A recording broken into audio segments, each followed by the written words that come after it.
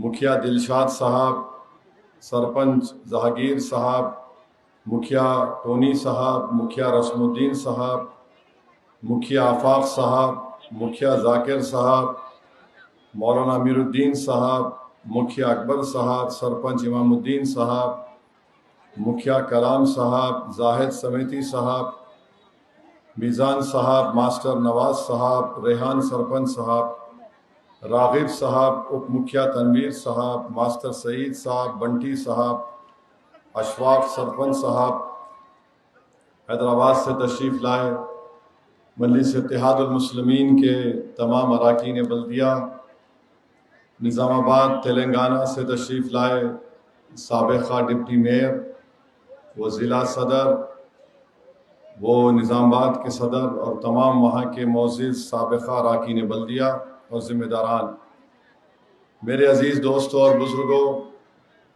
आप जानते हैं कि मजलिस इत्तेहादुल मुस्लिमीन ने ठाकुरगंज से जनाब गुलाम हसनैन साहब को हमारा उम्मीदवार बनाया और अब इस बात से बखूबी वाकिफ़ है कि गुलाम हसनैन साहब टीचर थे और जब उन्होंने मजलिस इत्तेहादुल मुस्लिमीन के पैगाम को कबूल किया, जो सीमांचल से इंसाफ की लड़ाई थी, तो गुलाम हसनैन साहब को जालिम हुकूमत ने उनको टीचर की नौकरी से बरतरफ कर दिया, निकाल दिया और उन्होंने अपनी टीचर की नौकरी को छोड़कर एक बहुत बड़ी कुर्बानी दी और सीमांचल के इंसाफ के लिए, सीमांचल के गरीबों को इंसाफ दिलाने के लिए, सीमांचल के अवाम को उनका जायज़ मुकाम दिलाने के लिए और आपकी एक सियासी क़ियादत बनाने के लिए गुलाम हसनैन साहब आगे बढ़े हैं।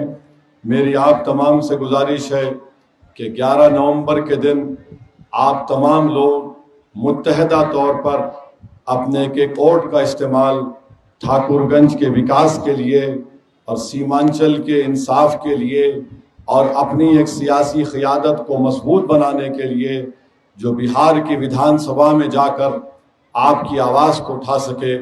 मैं आपको बता रहा हूँ कि ठाकुरगंज विधानसभा में बहुत से मसाइल हैं, बहुत सी तकालीफ का सामना आपको करना पड़ता है, जैसा कि भावलमारा पंचायत के कोला बस्ती में आज़ादी से आज तक रोड नहीं बनाई गई।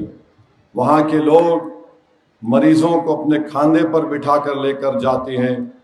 मैं भावलमारा की जनता से वादा कर रहा हूँ कि इंशाअल्लाह ताला गुलाम हसनैन साहब की कामयाबी के बाद वो इंशाअल्लाह लड़कर पूरी कोशिश करके आपके लिए रोड बनाने का इंतज़ाम करेंगे, ताकि आप आराम से अपने मरीजों को भी और अपने साथ जो भी बुजुर्ग है उसको आप उस रोड पर सफ़र करेंगे।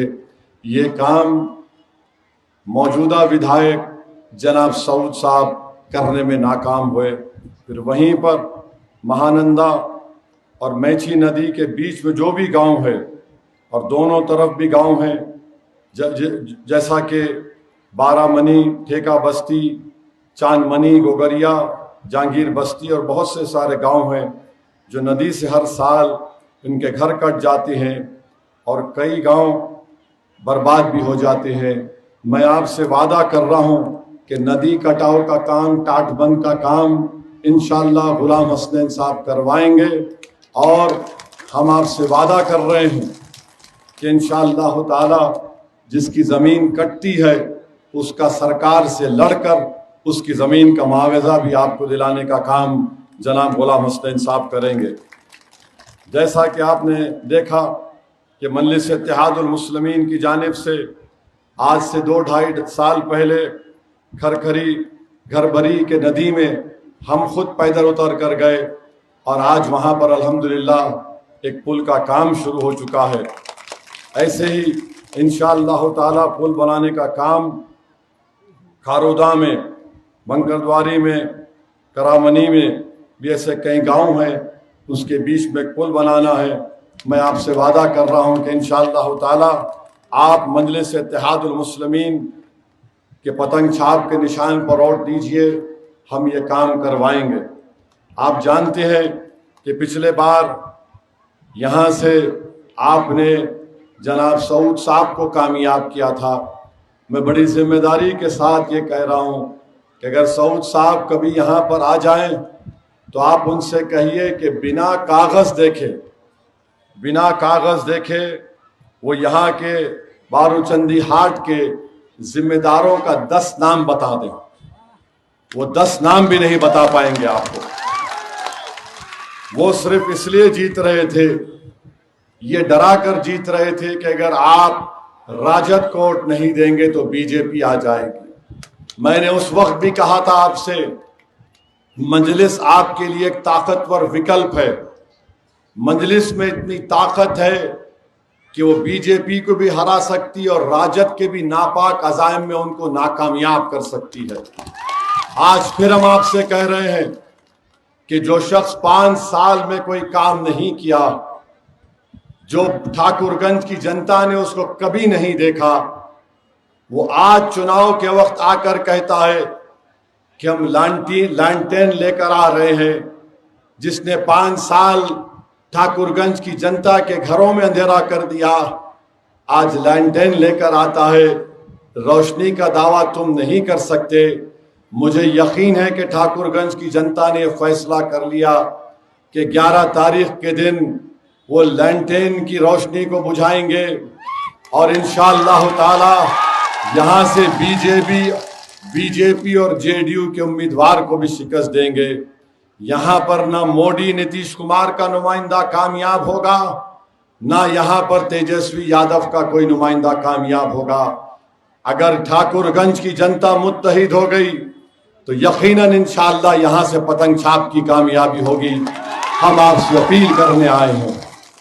मेरे अजीज दोस्तों और बुजुर्गों, आप जानते हैं कि आज से 2 या 3 दिन पहले तेजस्वी ने असदुद्दीन ओवैसी के बारे में जब पूछा गया कि आप क्यों नहीं उनसे मुफाहमत करते, तो तेजस्वी ने कहा कि असदुद्दीन ओवैसी और उसकी पार्टी चरमपंथी है।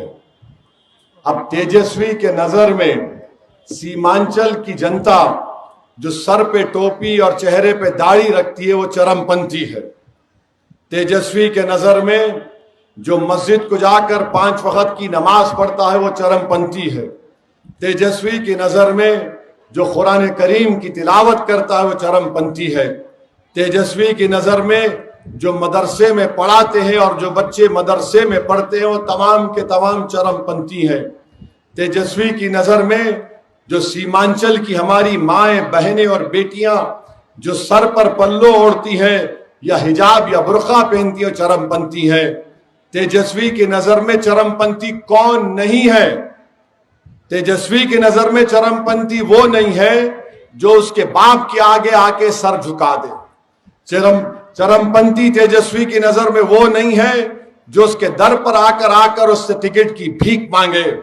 चरमपंथी वो नहीं है तेजस्वी की नजर में जो सीमांचल की जनता की इंसाफ की बात ना करे। चरमपंथी तेजस्वी की नजर में वो नहीं है जो नदी कटाव के काम की बात करे। तेजस्वी की नजर में चरमपंथी वो नहीं है जो यहाँ की जनता की गुर्बत को भूल जाए। तेजस्वी की नजर में चरमपंथी वो नहीं है जो सीमांचल में जो नौजवानों का पलायन होता है उसको रोकने की बात करे। तेजस्वी की नजर में चरमपंथी वो है जो सीमांचल से इंसाफ की बात करे।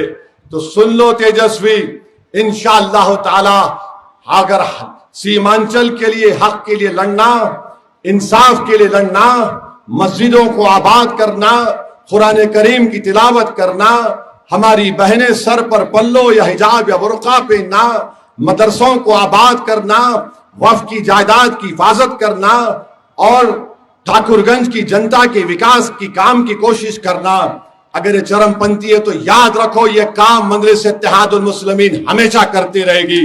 तुम कितना भी बोल लो, हम रुकने वाले नहीं हैं। और तेजस्वी जब मजलिस पर इल्जाम लगाया, आप जानते हैं कि तेजस्वी ने सीमांचल की जनता की तौहीन की, तेजस्वी ने 17% अल्पसंख्यक समाज की तौहीन की। और जब यहां पर तेजस्वी आएगा, सऊद साहब के लिए वोट मांगने के लिए आएगा, तो तेजस्वी को देखना पड़ेगा कि सऊद साहब के चेहरे पर भी दाढ़ी और टोपी है, क्या वो भी चरमपंथी है? हमारे चेहरे को देखकर कहता है, तो तुम्हारे बगल में जो बैठा है, जो नाकारा निकम्मा था 5 साल, उसको क्या करोगे तुम? तो मेरे अजीज दोस्तों और बुजुर्गों, गुलाम हसनैन साहब एक हरकियाती शख्स हैं और तेजस्वी के चरमपंथी के इल्जाम का जवाब ओवैसी देता है। हम किसी का खर्जा नहीं रखते, चाहे मोदी, नीतीश कुमार या तेजस्वी हो। इनका बोलना यह है कि एक इनका विधायक था गोविंदपुर नवादा का, जो 2020 में, उसका नाम मोहम्मद कामरान था, 40,000 वोट से जीता। कितना? 40,000 वोट से मोहम्मद कामरान जीता। तेजस्वी ने उसको टिकट नहीं दिया, टिकट काट दिया। किसको टिकट दिया? कौशल यादव को दिया। और हमको चरमपंथी, आपको चरमपंथी कहता है। अब मोहम्मद कामरान की जगह पे कौशल यादव लड़ रहा है। गौरव बोरन, आपके एक विधानसभा है दरभंगा में, वहां पर अफजल अली को बुलाकर लालू यादव के हाथ से बी फॉर्म दिलवाया और जाकर वीआईपी के मल्ला पार्टी के सदर के भाई के लिए वोट मांगता है और कहता है कि अफजल अली खान को वोट मत दो, ये मल्ला के उम्मीदवार को वोट दो। ये चरमपंथी नहीं है। फिर ये मल्ला पार्टी के मुकेश साहनी साहब है, वीआईपी पार्टी के। जब उनसे पूछा गया आपने एक भी अल्पसंख्यक समाज को टिकट नहीं दिया, मुसलमान को, तो उन्होंने कहा कि मैं सिनेमा के टिकट नहीं बांट रहा हूं, मगर 17% का वोट चाहिए।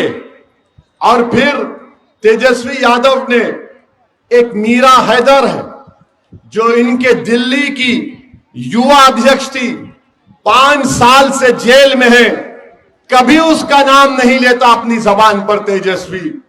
असदुद्दीन ओवैसी, मीरा हैदर का नाम पार्लियामेंट से लेकर हिंदुस्तान के कोने कोने में उसकी नाइंसाफी की दास्तान को हमने अपनी जबान से सुनाया। ये चरमपंथी नहीं है तो क्या है बताओ आप? अच्छा, और एक बात, एक दीपक यादव है, इसको तेजस्वी ने नरकटियागंज से टिकट दिया। ये कौन है? दीपक यादव। इसका ताल्लुक विश्व हिंदू परिषद से है। अभी इंटरनेट पर जाकर हजरत गूगल पर आप दीपक यादव नाम टाइप करो, आपको फोटो आएगी। ये तलवार बांट रहा है, ये तलवार बांट रहा है। किसके खिलाफ बांट रहा है दीपक यादव? बताओ तेजस्वी, किसके खिलाफ बांट रहा है तलवार हो? और तेजस्वी उसको नरकटियागंज से टिकट देता है।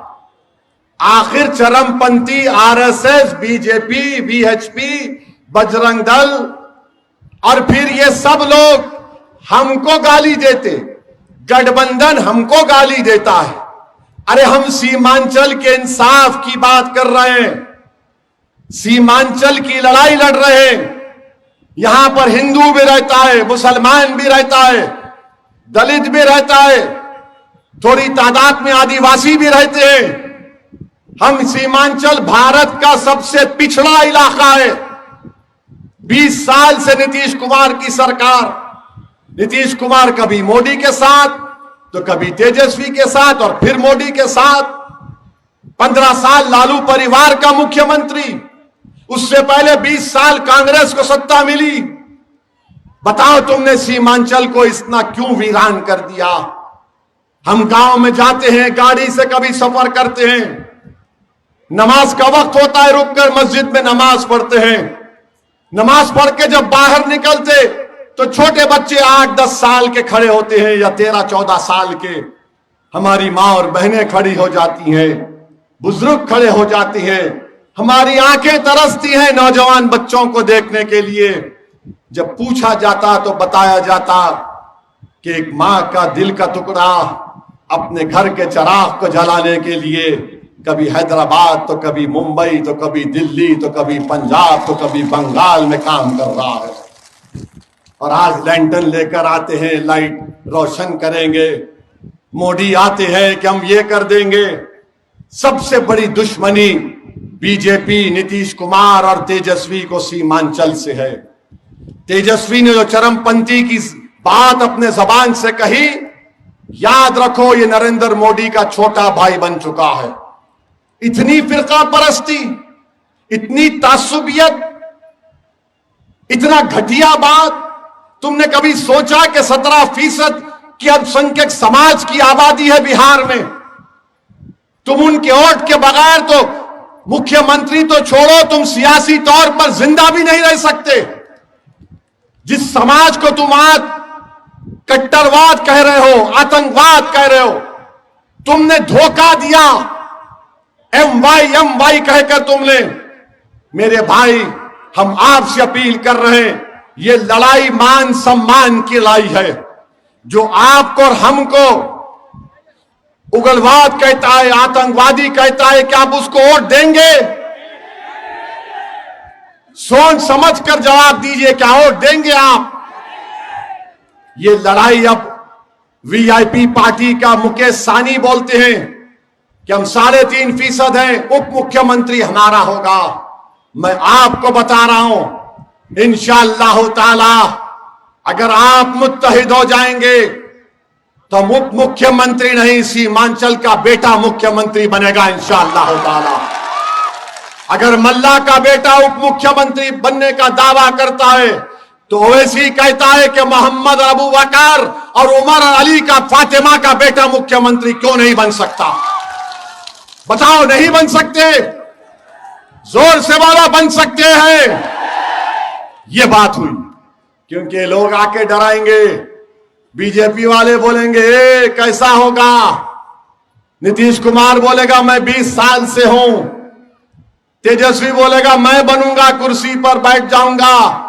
मेरे भाई, हम थक चुके इन लोगों को अपने कंधों पर बिठा बिठा कर हम पटना तक लेकर जाते हैं ताकि वो हमारे अरमान और हमारे ख्वाबों की खबर बना दे। सीमांचल को वीरान करके रख दिया। इनकी जबान पर सीमांचल सिर्फ चुनाव में आता है। अगर आप चाहते हैं सीमांचल से इंसाफ हो तो आपका वोट का हकदार गुलाम हसनैन है, जनाब सऊद साहब नहीं है। जो 5 साल नाकारा, जो कभी नहीं दिखा। अरे बड़े बाप का बेटा होना अलग बात है और उस बाप को जिंदा रखना अलग बात है। हम भी बहुत बड़े बाप के बेटे हैं, तो क्या उस नाम पे काम हो जाएगा? जमीन पे मेहनत करना पड़ता है, लोगों का दिल जीतना पड़ता है। मगर सऊद साहब कुछ काम नहीं किए और ये बोल रहे ओवैसी वोट काट देगा, ओवैसी वो कर देगा। अरे अब तो तुम्हारे लीडर ने तो हमको चरमपंथी कह दिया। सऊद साहब तुम भी मंजलिस में आ जाओ, हारने के बाद हम वेलकम करेंगे तुमको। तो मेरे अजीज दोस्तों और बुजुर्गों, बहुत से काम ठाकुरगंज में करवाना है। जेडीयू का उम्मीदवार बीजेपी का उम्मीदवार है। क्या आप ऐसी पार्टी को डालने के लिए भी नहीं सोच सकते जिसने ऐसा काला कानून बनाया जिसके जरिए वक्फ को खत्म करना, मस्जिद को छीन लेना, दरगाह और खानखा को छीन लेना? बताइए आप, क्या ऐसी पार्टी को कोई वोट दे सकता है जो मस्जिद को छीनना चाहता है? वक्फ का कानून जब पार्लियामेंट में बन रहा था, आपकी आंखों ने देखा कि ओवैसी आपका बेटा, आपका भाई अकेला था। मगर मैंने अपनी 15 मिनट की तकरीर में पूरे दलील के साथ मोदी के सामने, अमित शाह के सामने, पूरे संसद में मैंने कह दिया ये कानून जो बनाया जा रहा है ये वक्फ को खत्म करने के लिए, मस्जिदों को छीनने के लिए, ये संविधान के खिलाफ है। और मैंने बीजेपी एनडीए के एमपीज की तरफ देखकर कहा यह काला कानून है। मैं उसको फाड़ कर उस कानून की कॉपी को पार्लियामेंट की जमीन पर फेंक दिया। तो मेरे अजीज दोस्तों और बुजुर्गों, एक बीजेपी का मंत्री है, कहता है कि बिहार के मुसलमान नमक हराम हैं, हमको वोट नहीं देते। अरे लोकशाही है, अवाम जिसको चाहे वोट देगी। और जो तुम आज करप्शन जो आम हो चुका है, बताइए क्या ब्लॉक के ऑफिस में गए तो 15,000 रुपये नहीं पूछे जाते म्यूटेशन रजिस्ट्रेशन के लिए। करप्शन होता है नहीं है, रिश्वत, सब रिश्वत आम हो चुकी है। विधायक जी और बाबूजी दोनों में मेल हो चुका है, ये लेते हैं और विधायक जी को देते हैं, विधायक जी भी खत्म कर लेते हैं। आप गुलाम हसनैन को कामयाब करो, इंशाअल्लाह ताला रिश्वतखोरी का खात्मा होगा ब्लॉक ऑफिस से। 20 साल से गरीबों का खून चूस रहे हैं और मोदी जी कह रहे हैं भाइयों बहनों हम अपनी बहनों के अकाउंट में इतना पैसा डाल रहे हैं। मोदी जी ये आपके जेब का पैसा है या जनता का पैसा है, बताइए। अरे आप इतना पैसा डाल रहे हैं जितना लूटे आप 20 साल में, एक हमारी मां और बहन के अकाउंट में कम से कम 50,000 रुपये डालने का काम कर सकते थे आप। एक एक ब्लॉक ऑफिस से रोज की रिश्वत जो होती है 50 से 1 लाख रुपए तक होती है। अब सोच लो आप 5 साल 20 साल का हिसाब लगा लो, गरीबों का खून चूस चूस कर इन जालिमों ने बर्बाद कर दिया सीमांचल को। अब सीमांचल से इंसाफ की लड़ाई लड़ना है मेरे भाई। आपसे अपील करते हैं कि 11 तारीख के दिन आपको मंजलिस के पतन छाप के निशान पर बटन दबाना है। जिसने आपकी तौहीन की उसको आपको जवाब देना है। जो आपकी मस्जिदों के खिलाफ, संविधान के खिलाफ काला कानून बनाया, उसके खिलाफ आपको वोट देना है। तो 11 तारीख के दिन पतंग छाप को आप वोट देंगे, आपका इत्तेहाद मजबूत रहेगा, आप डरेंगे तो नहीं, आप लैंटेन की लाइट बुझाएंगे, आप बीजेपी को और जेडीयू को हराएंगे और जिसने चरमपंथी बोला उसको जवाब देंगे। तो लगाइए मेरे साथ नारा, सीमांचल जिंदाबाद, सीमांचल जिंदाबाद, बहादुरगंज की जनता जिंदाबाद, हमारा इत्तेहाद जिंदाबाद, पतंग छाप जिंदाबाद, नारे तकबीर। अस्सलाम वालेकुम व रहमतुल्लाहि व बरकातहू।